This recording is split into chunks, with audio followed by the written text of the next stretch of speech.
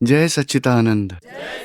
तुम्हा सर्वांच्या अंतरंगात वसलेल्या परमात्म्याला अत्यंत भक्तिपूर्वक अभेद्य भावाने नमस्कार नमस्कार नमस्कार. जय सच्चिदानंद. महात्म्यांना तर ज्ञानाचा पुरुषार्थ 5 आज्ञांमध्ये राहून करायचा आहे. जीवनातल्या प्रत्येक व्यवहारात 5 आज्ञांचा वापर करायचा आहे. सकाळपासून रात्रीपर्यंत रोज अगदी आज्ञांमध्ये राहून एक व्यवहार पूर्ण करायचा आहे. वेगळेपणाची जागृती, मी शुद्धात्मा आहे, दीपक वेगळा आहे, त्या जागृतीत राहून नंतर जो काही व्यवहार होईल सगळा रिलेटिव्ह दीपकचा आहे. सकाळी उठलात तरी हो आपण उठलात, मी शुद्धात्मा आहे जाणणारा. चहा, नाश्ता, टॉयलेट, बाथरूम हे सगळं फाईल 1चं माझं नाहीये. समभावाने निकाल करा. चहा, नाश्ता लेट आला, टेस्टी असेल नसेल, टेस्टी नसेल, झालं ते व्यवस्थित. समभावाने निकाल करा. ही फाईल आहे. चहा, नाश्ता ही फाईल, झोपणं पण फाईल, जागं राहणं ही फाईल, स्नान करणं ही फाईल आहे, ऑफिसला जाणं ही फाईल आहे. समभावाने निकाल करत जायचं आहे. म्हणजे तशी ही जागृती ठेवायची. काम तर होणारच आहे. संयोग जुळत राहतील, व्यवहार ओपन होतील. त्यासाठी आतून जागृती ठेवायची की हे सगळं रिलेटिव्ह आहे, माझं नाहीये, मी शुद्धात्मा आहे. ही फाईल आहे, समभावाने निकाल करूया. कधीही जर मतभेद झाले तरी निर्दोष पाहायचा आहे, झाला तो न्याय. कोणाचाही दोष नाही, झालं ते व्यवस्थित. कोणाचा दोष दिसणार नाही तिथवर पोचायचं आहे आपल्याला. जेवढं 5 आज्ञांमध्ये राहाल तेवढा दोष लागणार नाही. कारण ग्लास जर का फुटला तर नोकराने नाही फोडला, व्यवस्थित नाही फोडला. त्याची तर जराही इच्छा नव्हती फोडून टाकावं, पण अंतरंगातला शुद्धात्मा अशा व्यवहारात तो येतच नाही. तो तर प्रकाशित ज्ञानक आहे. आता नोकराने फोडला, आपल्याला वाटलं की तू फोडलास, नुकसान केलंस, तर या अज्ञानतेने आपण कशाय करू शकतो. म्हणून त्यावेळी तिथे जागृती ठेवायची की झालं ते व्यवस्थित. बाबांनो लक्ष ठेवा, नुकसान होऊ नये, पुढच्या वेळी सांभाळा. आता मग सोडून द्यायचं. आपल्याकडूनही असं नुकसान होऊच शकतं ना. तुटणं फुटणं चुका होतात. आणि आपली इच्छा नसतानाही तसं घडत राहतं बघा. म्हणजे कोणी केलं आहे हे मन वचन कायाचे संयोग व्यवस्थितच्या ताब्यात आहे. कुणाचे दोष पाहायचे नाही. ह्यानं असं का केलं आणि दिसलंच तर मग प्रतिक्रमण करायचं. म्हणजे आहेत निर्दोष, ते संयोगाच्या अधीन आहेत. तरीही व्यक्तीला दोषी पाहिलं गेलं तर प्रतिक्रमण करून घ्यायचं. म्हणजे स्वतः शुद्धात्म्यात राहून चंदूकडून प्रतिक्रमण करून घ्यायचं. तसंच 5 आज्ञांमध्ये राहायचं. 5 आज्ञांपासून जेव्हा विचलित होऊ तेव्हा प्रतिक्रमण करून पुन्हा ज्ञानात यायचंय. आणि शक्यतो विधी नक्कीच करायला हवेत. चरणविधी महत्वाचाच आहे. त्यात जेवढं काही लिहिलं आहे तिथवर पोचायचं आहे आपल्याला. असं स्वरूप असायला हवं. एक शब्द त्यात आत्म्याची भक्ती आहे आणि आत्म्यात येण्यासाठीची, आत्म्यात राहण्याची त्यात शक्ती मागितली जाते आणि आत्म्यात ज्या प्रकारे राहू शकेन ती शक्ती मला द्या. शिवाय दादाजींची वाणी तीही महत्वाचीच आहे. हा संसार पूर्णपणे अज्ञानतेने भरलाय. तऱ्हेच्या अज्ञान मान्यतांनी आपण बांधले गेलेलो आहोत. त्यातून मुख्य अज्ञानच दूर झालं स्वतःच्या स्वरूपाचं. कर्ता कोण आहे ते मुख्य मूळ अज्ञानच दूर होतं इथे. पण तरी खूप सगळ्या व्यावहारिक गोष्टी, सांसारिक सामाजिक गोष्टी ज्या अज्ञानतेमुळे होत आहेत त्यातील मग त्या चुकीच्या समजुती दूर व्हायला ही वाणी आहे. जेवढी वाणी वाचत जाल, उपयोगात आणाल, तेवढी अज्ञानता मग ती अज्ञानता दूरच होईल. आणि तोच मोठा पुरुषार्थ आहे. आणि सगळ्या प्रकारचं अज्ञान दूर झालं की केवळ ज्ञान स्वरूप होऊन पूर्ण आहुती होईल. अज्ञानता सुटण्यासाठीच ज्ञानींची वाणी आहे, सत्संग आहे आणि प्रतिक्रमण सगळ्या दिवसात कुठे 5 आज्ञा, कुठे चूकभूल झाली ते चेक करा आणि चुकायला लावणारे क्रोध, मान, माया, लोभ, राग, द्वेष, मनमानी करणं ते ओळखा. प्रेम असेल, मोह आहे, जिव्हाळा आहे, लालसा आहे, विषयविकार आहेत, हेच दोष आज्ञांमध्ये राहू देत नाहीत. म्हणून जेवढे दोष धुवत जाल तेवढं आज्ञांमध्ये स्थिर होत जाल आणि आज्ञा वापराल मग दोष दूर होतील. पण जेव्हा दोष होतील, कुणाला दुःख दिलं गेलं, कुणाबाबत निगेटिव्हिटी दिसली, दोषी पाहिलं, दुःख दिलं गेलं, तर प्रतिक्रमण करायचं आहे. कुठे, का, आपलं म्हणजे आपली अपेक्षा कुठे, काय, का आपलं म्हणजे आपली अपेक्षा पूर्ण झाली नाही म्हणून क्रोध आला. आता क्रोध केला, त्या व्यक्तीला दुःख दिलं गेलं, त्याचं प्रतिक्रमण नक्कीच करायचंय. पण कोणत्या कारणामुळे क्रोध आला? अपेक्षा पूर्ण झाली नाही, पण अपेक्षा पूर्ण का नाही झाली? त्या माणसाची इच्छा तर होतीच. संयोगाधीन आपल्या कर्मांच्या हिशोबामुळेच अपेक्षा पूर्ण होऊ शकली नाही. त्याचा काय, काय दोष आहे त्याचा? असं हळू ज्ञानानुसार सोल्युशन काढायचं आहे. जी काही परिस्थिती उद्भवली आहे, भोगवटा येतोय, काही कन्फ्युजन होतंय, सारं काही डिस्टर्ब झालं आणि सोल्युशन काढलं. हे कशामुळे झालं आहे? संयोगाधीन झालंय. कोणाचाही दोष नाही. कोणताही गैरसमज असेल, तर घुसमट होते. घुसमटही समजूतदारपणे दूर करायचे. खऱ्या ज्ञानाने, खऱ्या समजुतीतूनच आनंद मिळतो. असं हळू एक-एक कोडं सोडवून मग मनामुळे झाला, बुद्धीमुळे झाला, अहंकारामुळे झाला, त्यात बाहेरच्या कोणत्याही व्यक्तीचा दोष नाही. स्वतःचे प्रॉब्लेम स्वतःच्या अज्ञानतेमुळेच आहेत. असं हळू ज्ञानामुळे जे काही गैरसमज झाले ते सॉल्व्ह करत जायचंय. कन्फ्युजन झालं, एकमेकांना दुःख दिलं गेलं, सॉल्युशन काढत कोणाला दुःख होऊ नये, कोणाला दोषी न ठरवता तिथवर आपल्याला पोहोचायचंय. आणि हळू एक-एक हिशोब कर्म पूर्ण करण्यासाठीच आपलं आयुष्य आहे. एक-एक हिशोब पूर्ण करू. हळू मोक्षासाठी आपण पुढे प्रगती करत राहू. इथल्या साऱ्या फाईल्सचा हिशोब पूर्ण केला, की महाविद्य क्षेत्रासाठी आपण पात्र बनू. मोक्षासाठी आपण लायक बनू.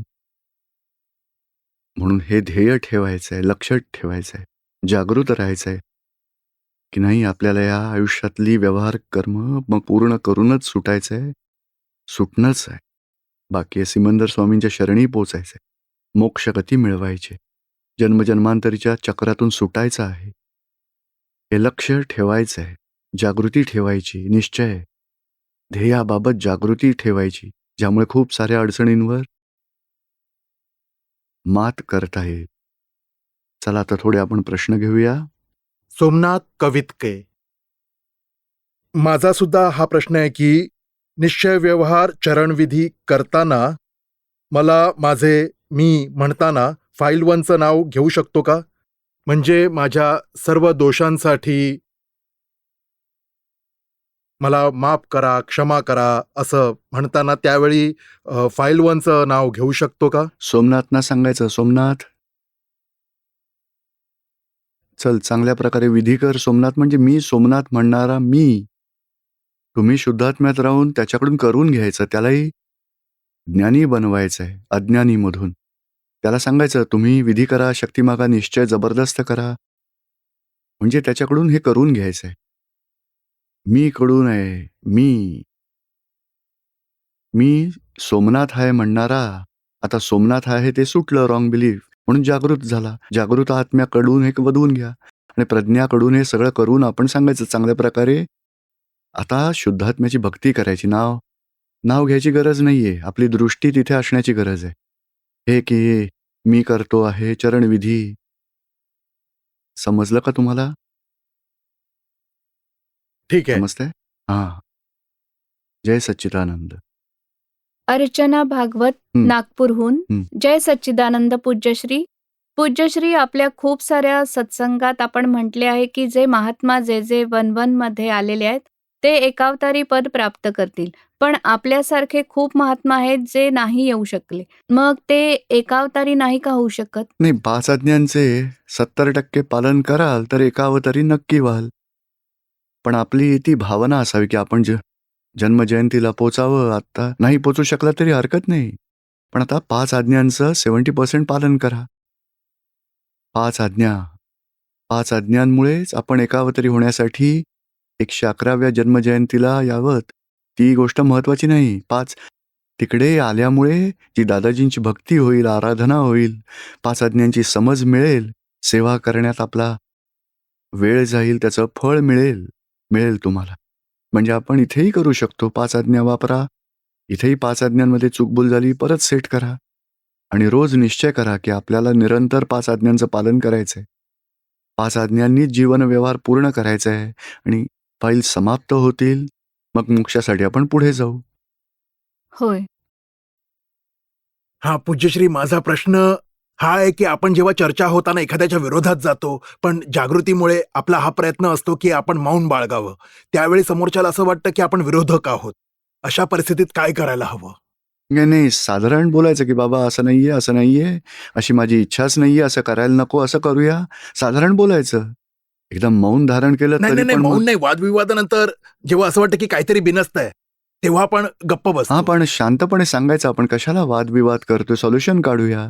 आपल्याला काय देणं-घेणं, आपण उपाय शोधूया. आपली थोडी चूक असेल, थोडी तुमची चूक असेल, चला आपण सॉल्व्ह करूया. हां. असं समाधान हो. काहीतरी करा. हो. एकेका प्रकारे बोलायचं नाही म्हटलं तरी रिॲक्शन ती येणार आणि काही प्रत्युत्तर दिलं तरी रिॲक्शन. त्याऐवजी आपली भावना ठेवायची. उगाच बघा की मग वादविवाद नाही करायचा आहे, उपाय शोधायचा आहे. काही चूक झाली तर आपण सुधारूया ती. हं. दादावाणीमध्ये चरणविधीवर जो विशेषांक होता, त्यात एका ठिकाणी दादांनी म्हटलंय की कमीत कमी चरणविधी 25 मिनिटांचा असायला हवा. म्हणजे त्यामागे काय नाही, अभिप्राय 25 आहे? मिनिटं असं काही नाहीये. नाहीये? हरकत नाही, पण म्हणजे एक काय आहे की हे झालं म्हणजे की बघा, की एक 20 मिनिटं, अर्धा तास, 1 तासही चालू शकेल. हां. म्हणून जरा उपयोगपूर्वक करायचं आहे. उपयोग कराल तर मग 20-25 मिनिटं होऊ शकेल. हो. उपयोग म्हणजे जागृत राहा हां. आणि शब्द म्हणजे समजा 5,000चा लॉस झाला तर त्याचा परिणाम होतो की नाही? हो. मुलगा सांगतो, "पप्पा माझे ₹5,000 गेले." हे बघा आता, "हैं? 5,000 गेले?" हां. पण वाचले माझे 5,000 म्हटल्यावर खुश होताल की नाही? म्हणजे वाचले आणि गेले त्याचा आपल्यावर परिणाम होतो की नाही? हं. तसं एक शब्द चरणविधीमधला असंग आहे. वाटतं की मनवचन कायाच्या क्रियांमध्ये मी असंग आहे. तमाम लेपायमान भावांपासून निर्लेप आहे. बघा सगळं लेपायमान भाव चंचल भागातले आहेत. मी निर्लेप आहे असं जागृतीपूर्वक बोलायचं आहे. उपयोगपूर्वक. हां. मग त्याचं फळ चांगल्या प्रकारेच मिळेल एकाग्रतेने केलं तर. हो. जय सच्चिदानंद. शायरा मुलाणी. हं. जय सच्चिदानंद पूज्यश्री. मी ज्ञान घेऊन 5 वर्ष झालेत. अजूनही आज्ञापालन आणि फाईल नंबर 1शी गप्पा मारण्याचा प्रयोग नाही करता येत. प्रतिक्रमणाचा जोर सुद्धा वाढवावा अशी कृपा आणि मार्गदर्शन करावे. पण ज्ञानीकडून आज्ञा घेऊन मौन धारण करावे यावर दादांनी जे आप्तवाणीमध्ये म्हटलंय, म्हणजे मला माझ्या वाणीमुळे सुद्धा दुःख होते. तर त्यावरही मला मार्गदर्शन करावे. पण त्यासाठी मौनाच्या आज्ञेची गरज नाहीये. कुणाला दुःख दिलं गेलं त्याचं प्रतिक्रमण करायचंय. माफी मागायची, "हे दादा भगवान, यांना दुःख दिलं गेलं, त्याची माफी मागते, अशी चूक न करण्याची शक्ती द्या. आणि कशामुळे दुःख दिलं गेलं तर माझाच आग्रह होता, माझी अपेक्षा होती. त्याला दोषी ठरवलं, त्यासाठी निगेटिव्ह अभिप्राय होता. म्हणजे कशामुळे दुःख दिलं गेलं ती वाणी का कटू बोलली ते चेक करा आणि माफी मागा. आणि माफी मागता कमी होतील दोष. आणि हे प्रतिक्रमण दोष जे दिसतात शायराचे, ते दोष तीच वेगळेपणाची जागृती आहे. शायरा, का चुकीचं वागतेस? का दुःख देतेस? प्रतिक्रमण कर.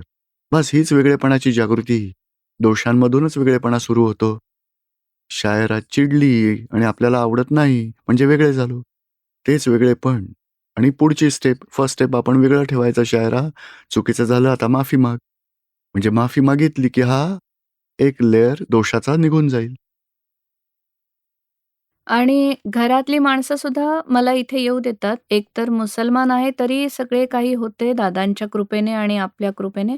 पण खूप छान. त्यांनाही ज्ञान मिळावे बरोबर. पूज्यश्री. फाईल नंबर 2 आणि मुलं आणि आई-वडील, खूप भाऊ-बहीण हे छान. तर बस त्यांचं व्हावं म्हणजे हो, सारेच ही याद भावना यावेत. करूया. कृपा करावी. जय जय सच्चिदानंद. सच्चिदानंद. जय सच्चिदानंद पूज्यश्री. मी संध्या धर्मकर. मी निरुमांचा सत्संग 95 आणि 96 मध्ये ऐकायची. तेव्हा तेव्हा माझ्या मनात फार प्रश्न उभे राहायचे. म्हणजे निरुमा म्हणायच्या लहान मुलांना असे बोलायचे नाही, रागवायचे नाही, शांतपणे बोलायचे. अ, क्षमा मागणे, कोणाची माफी मागणे. मला तर असे वाटायचे, की अशी मुलांना असे समजावले तर मुलं असं ऐकतात का? त्यांना 2 थप्पड मारल्यावर ते ऐकतात. आणि माफी मागून कोणी माफ करतं का आपल्याला? आपण जर बोलून त्यांना दुःखी केले वाणीने तुम्ही लहान होता तेव्हा तुम्हाला थप्पड मारून सरळ केलं होतं का? हं, आई-वडील थप्पड मारायचे का रोज? मला तसे वाटायचे. नाही, तुम्हाला रोज मार मिळत असणार म्हणून तुम्हाला असं वाटतं. थप्पड मारून, मार देऊनच मुलं सुधारतात. तुम्ही सुधारलात थप्पड मारून मग? मला असं वाटायचं, की निरुमा अशा काय बोलतायत? हं. म्हणजे एवढे असे मुलांबरोबर तसे वागा. पण मी लक्षच दिलं नाही. सत्संगात ऐकायचे पण लक्षच द्यायचे नाही. निरुमांचे ऐकायचे नाही. त्याच वेळी मला ज्ञानही मिळाले असते तर मी सत्संगाच्या टचमध्ये असते तर. पण माझ्यातले माझे सुद्धा भाव कमी व्हायचे आणि मला शंका यायची पुन्हा-पुन्हा. वाटायचं असं थोडीच असतं, असं थोडीच चालतं, असं थोडीच मुलं ऐकतात. म्हणून असं झालं आणि आपलं जेव्हापासून ऐकायला लागली तर पहिल्या दिवसांपासून माझे लक्षात आलंय, की आता तर मला समजायला लागलंय. पण असं का घडलं? तेच निरुमांचे विचार आणि आमचे विचार यात काही फरक नाहीये. त्यावेळी काय झालं होतं, की निरुमांची ही टीव्हीवरती एंट्री होती. सुरुवात. त्यामुळे जास्त तत्त्वज्ञानाच्या गोष्टी जास्त बोलू शकत नव्हत्या. पती-पत्नी, आई-वडील, मुलांचा व्यवहार, सासू-सून, पती या सगळ्यांविषयी बोलताना व्यावहारिक गोष्टी पण बोलल्या गेल्या. त्यामुळे लोकांना असं वाटलं, की हा तर काउन्सिलिंग करतात, पती-पत्नीतले प्रॉब्लेम सॉल्व्ह करतात. एंट्री टीव्हीवर मिळतच नव्हती. मग तो चान्स मिळाला.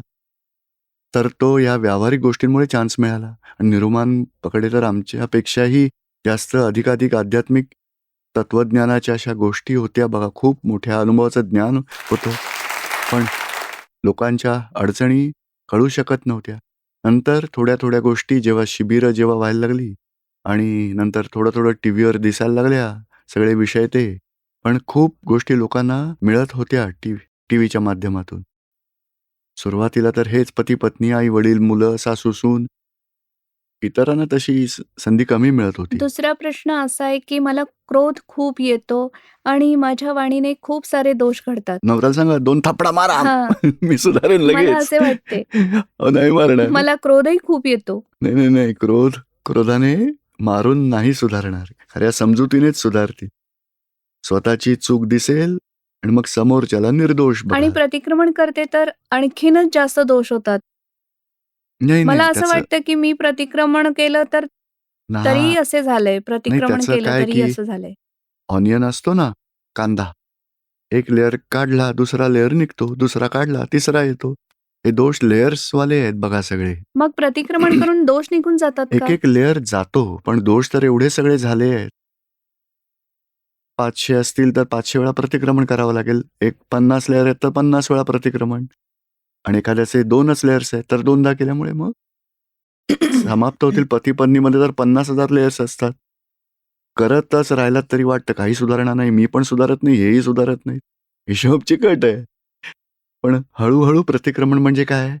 तर संध्याकडून क्रोध झाला, त्याचा पश्चात्ताप होतो, चूक झाली असं व्हायला नको. हं, हं. त्याचे जर प्रोटेक्शन नाही केलं, रक्षण नाही केलं, तर एक लेयर निघून जातो. हळू कमी होईल आणि आपणच विचार बघा 2% 5% तरी आधीपेक्षा चेंज झालाय की नाही सांगा? हां. माझे दोष आता मला दिसायला लागलेत. आणि आधीपेक्षा कमी पण झालेत ना? खूपच कमी झाले. मग अजूनही कमी होतील हां. मला सर्वांशी ॲडजस्ट करण्याची शक्ती द्यावी आणि मी टीचर आहे, तर मी माझ्या विद्यार्थ्यांना अजूनही थोडी-थोडी शिक्षा देते. नाही, समजावून सांगून त्यांना मी करून छडी घ्या. मारते 2-2 हातावर नाही, अशी.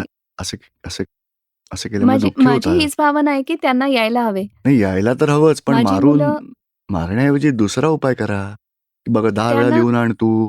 ते ऐकत हां, नाहीत. मग ते लहान-लहान ते नर्सरी, हां, KG पण 1, मग KG 2 ची KG1 मुलांना मारण्यात किती जोखीम आहे. लहान छडीने नाही, हळू नाही मारतायत. मारायचं नाही. त्यांना त्यांना सांगा 10 वेळा उठा-बशा काढा. ते सुद्धा करवते. उठा-बशा काढ कर. तेही सांगते मारायचं करायला. नाही. ते मनामध्ये वैर ठेवतील. या टीचरने मला मारलं होतं, मी मोठा झाल्यावर ह्यांनाच मारीन. बरं. हिशोब वैराचा बांधला जातो. मारावं असं काहीच नाहीये. पण तुम्हाला मुलांना मारायला फी देतात का शाळेत की ह्यांना नाही. मारा? नाही. हां, शिकवण्यासाठी फी दिली जाते. त्यासाठी दुसरा उपाय करा. प्रार्थना आहे. हे दादा भगवान त्यांना सांगा, "हे भगवान मला चांगला अभ्यास करायचा आहे, मला शक्ती द्या." आणि KG नर्सरीमध्ये काय असा अभ्यास होतो? हं. त्यानं तर 1, 2, 3 त्यांचे आलं तरी पास करून त्यांचे टाका. पालक म्हणतात, "आमच्या मुलांना काही येत नाही, असे नाही, तसे हां, नाही." तर हरकत ते नाही म्हणतात सांगायचं लहान आहे. त्याला खाऊ द्या, खेळू द्या.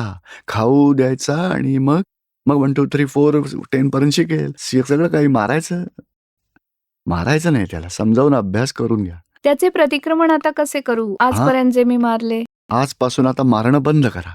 समजावून सांगा त्यांना. नवनवीन टेक्निक्स आणि इंटरेस्ट वाटायला हवा, त्यांना मजा यायला हवी, त्यांना आनंद मिळावा. टेक्निक शोधून काढा आणि आणि शक्य असेल तर खूप सगळे लिटरेचर्स पण आहेत.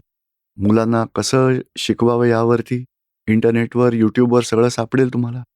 आणि नाहीतर शुद्धात्मा बघा आणि प्रार्थना करा, हे शुद्धात्मा भगवान मुलांना शांती मिळावी, संस्कार मिळावेत अशी कृपा करावी.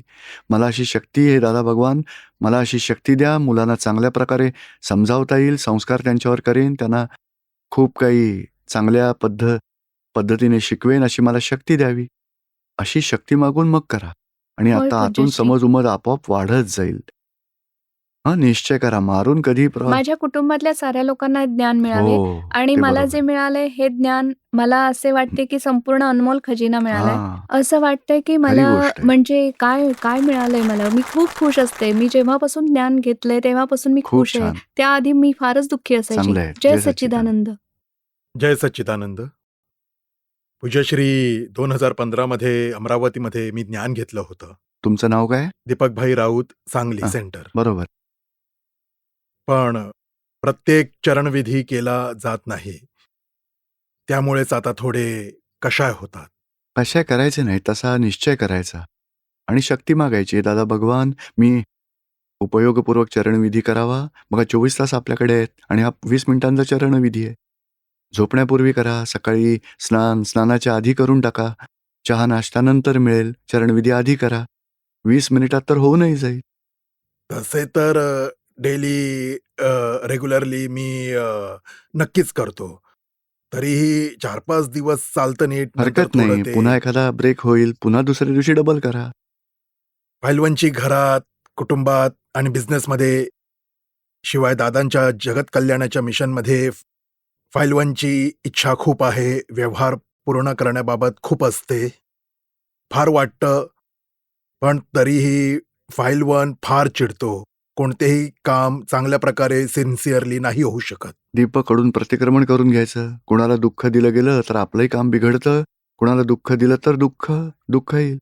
सुख दिलं तर सुख मिळेल.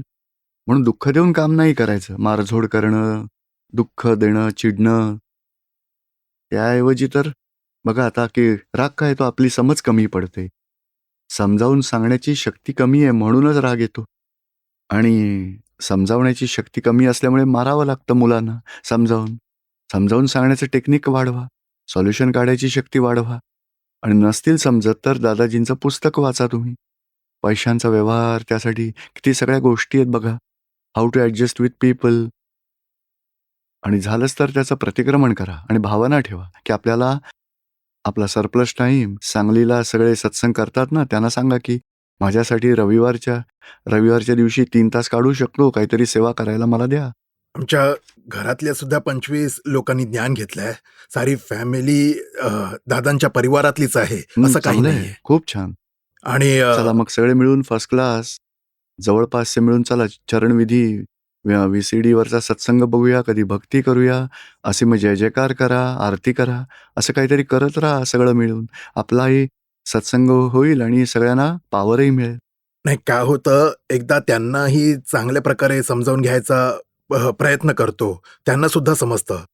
तरीही तशा चुका प्रत्येक वेळी पुन्हा तसं पुन्हा होतात. त्यामुळे फाईल 1 थोडा नाही, किती वेळा नाही. समजवायचं त्याला? हो, बघा की पुन्हा पुन्हा तेच काम आपलं आहे, समजावत राहायचं आहे आणि त्यांना रिअलाईज झालं, की हे चूक आहे, तर मग आवरणं ती सगळी तुटतील, वाढणार नाहीत मग. तो ऐकतो, पण पुन्हा तसंच्या काही तसंच हरकत नाही. त्याला सवयच हां. तशी लागली आहे. हो, असेल समजावायचं, की "बाळा, असं बघा जी कोणी व्यक्ती आहे, बाबा रे असं नको करू. असं करायला झालंच तर भगवानाकडे माफी मागायची. दादा भगवान, माझी चूक झाली. पण आता गोष्टी पुन्हा समजावण्याऐवजी विचारा, की तू प्रतिक्रमण करतोस ना? हां, तरी खूप झालं. एक आणि दिवस चुका कमी होत जातील." ठीक आहे आणि बिझनेसमध्ये सुद्धा थोडं काय ना, तसंही कशाय होतच आहेत. आता त्यांना सांगितलंय 1-2 वेळा, 3 वेळा, तरी त्यांना ग्राहकांना नीट मदत नाही करता येत. आता सगळी कामं तर माझ्या एकट्याच्याने नाही होत आहेत. तुम्ही चरणविधी करण्याचा निश्चय करता, तरी ते होऊ शकत नाही ना? हां, बरोबर पण आहे. का नाही करत? करायलाच हवं. म्हणून ते संयोगाधीन नाही होऊ शकत. त्यामुळे इतरही संयोगाधीन नाही करू शकणार. म्हणून त्यांना समजावून मग सोडून द्या आणि शुद्धात्म्याकडे प्रार्थना करा, भावना ठेवा आणि त्यात 100% परफेक्टची अपेक्षाही ठेवू नका. 60-70% झालं तरी खूपच आहे. थोडक्यात काय आहे, की भांडण, क्लेश, क्रोध ते कमी करत राहा. त्यामुळे आपोआप चांगला व्यवहार होईल.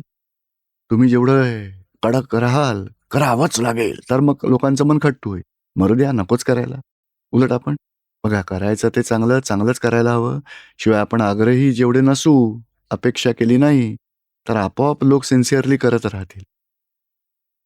आणि सर आपण आपल्याकडूनच क्लेश कमी करायला हवेत, बंद. सत्संगातही तसंच होतं. कोऑर्डिनेटरचं सांगली सेंटरमधून मी काम हं. करतो. त्यातही आता ट्रेनचं तिकीट काढायचं आहे म्हणजे तिकडे जन्मजयंती आली आहे. तर त्यासाठीही साऱ्याचे रजिस्ट्रेशन करावं लागतं. हो, मग महात्म्यांना 1, 2, 3 वेळा ते तर फोन बघा. करतो. फोन करतो तेव्हा ते सुद्धा सारे महात्मा नीट कनेक्ट नाही होऊ शकत आणि वेळ संपल्यावर ते म्हणतात, की आमचं तिकीट काढा काही आणि हरकत नाही. तसे प्रयत्न करा, कारण माणूस संयोगाधीन आहे.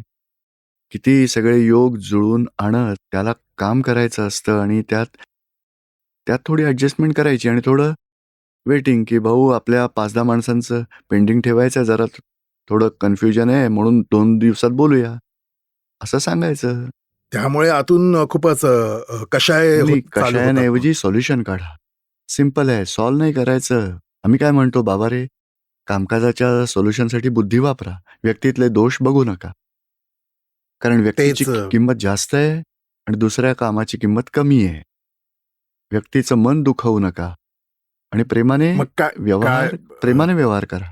नसेल होत तर मग सोल्युशन काढा आणि आमच्याकडून होत नाही, तर मग जर डिसिजन घेता येत नसेल तर चला पेंडिंग ठेवूया आणि प्रयत्न करत राहा. म्हणायचं की हो, नक्की प्रयत्न करूया. सोल्युशन काढा. जय हां. सच्चिदानंद.